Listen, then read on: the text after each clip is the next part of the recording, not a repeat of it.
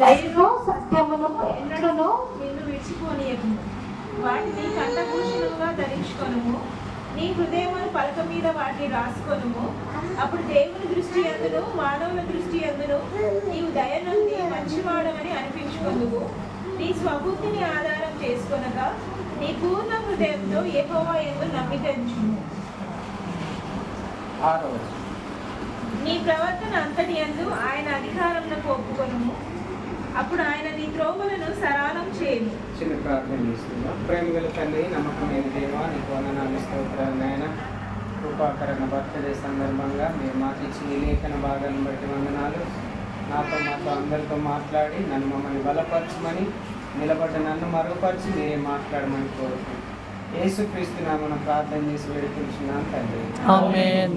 మనం చదువుకున్నటువంటి ఈ లేఖన భాగంలో చూసినట్లయితే మరి దేవుని వాక్యము సామెతల గ్రంథంలో నుంచి మనం చూస్తూ ఉన్నాం. నా కుమారుడా, నా ఉపదేశమును మరువకము, నా ఆజ్ఞలను హృదయపూర్వకముగా గైకొను అని చూస్తూ ఉన్నాం. ఉపదేశాన్ని మరవద్దు అని చూస్తూ ఉన్నాం. ఉపదేశం ఏ విధంగా వస్తుందంటే, వర్షము మంచు ఏ విధంగా పైనుంచి కిందికి వచ్చి మళ్ళీ తిరిగి పోతుందా? పోదు. కాబట్టి ఆ విధంగా దేవుని ఆశీర్వాదము మనతోనే ఉంటుంది. కాబట్టి ఉపదేశం అనగా వాక్యాన్ని మనం మర్చిపోని వారుగా ఉండాలి అని చూస్తాము. 1వ అధ్యాయంలో కూడా చూద్దాము. ఇదే సామెతల గ్రంథం 1వ అధ్యాయము 33వ వచనం చదువుదాం. 1వ అధ్యాయం 33వ వచనం. నా ఉపదేశం అంగీకరించువాడు సురక్షితముగా నివసించును. అంటే ఉపదేశం అనగా వాక్యాన్ని విని, వాక్యములో ఎదుగుతూ, వాక్యాన్ని చదివి, వాక్యాన్ని మరి అన్వయించుకోవడం, వాక్య ప్రకారం మనం జీవించినట్లయితే నా ఉపదేశమును అంగీకరించువాడు సురక్షితముగా ఉండును. అంటే సురక్షితముగా ఉంటారు అని చూస్తాము. ఇంకా కిందికి చూద్దాము. అదే వచనం, కీడు వచ్చునన్న భయం లేక నెమ్మదిగా ఉండును. మరి దేవుని వాక్యం వింటే మనకు నెమ్మది కలుగుతా ఉంది. దేవుని వాక్యము మరి ఉపదేశాన్ని అంగీకరించేవారు సురక్షితముగా ఉంటారు అనే మాట చూస్తా ఉన్నాం.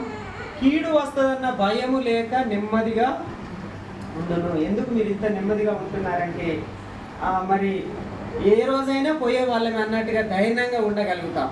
ఎందుకంటే దేవుని వాక్యం మనలో ఉంటుంది కాబట్టి, ఉపదేశం మనలో ఉంటుంది కాబట్టి, ఆ ఉపదేశం అనగా వాక్యాన్ని మనము మన హృదయంలో ఉంచుకుంటే సురక్షితముగా ఉంటాము అని దేవుని మాటలో మనం చూస్తాము. నా కుమారుడా, నా ఉపదేశమును మరువకుము అని చూస్తా ఉన్నాం. అంటే వాక్యాన్ని మరవకు అని ఒక మాటలో చెప్పాలంటే, వాక్యాన్ని మరవద్దు అంటే వాక్యములో ఎదగండి, వాక్యములో మీరు పెంచబడాలి, వాక్యముతోటే మీరు ఎదగాలని దేవుడు మన అందరితో మాట్లాడుతూ ఉన్నాడు. నీతో, నాతో, మనతో, అందరితో కూడా, నిలబడ్డ నాతో కూడా దేవుడు మాట్లాడుతూ ఉన్నాడు. ఏంటంటే ఉపదేశాన్ని మరవద్దు అంటే వాక్యాన్ని మరవద్దు.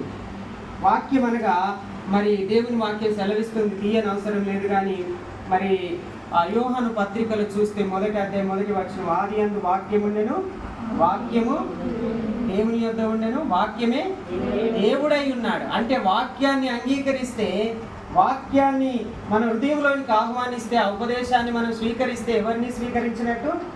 దేవుణ్ణి స్వీకరించినట్టు. కాబట్టి మరి నా ఉపదేశమును అంగీకరించువాడు సురక్షితముగా ఉండను, కీడు వచ్చునన్న భయము లేక నెమ్మదిగా ఉండును అని చూస్తా ఉన్నాం. ఉపదేశమును మరవద్దు అని చూస్తా ఉన్నాం.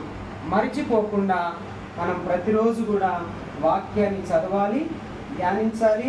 ఆ వాక్యమే మనల్ని నడిపిస్తుంది అని దేవుని మాటలో మనం చూస్తా ఉన్నాం. ఇంకా కిందికి చూద్దాం. 2వ వచనంలో, నా ఆజ్ఞలను హృదయపూర్వకంగా గైకొను.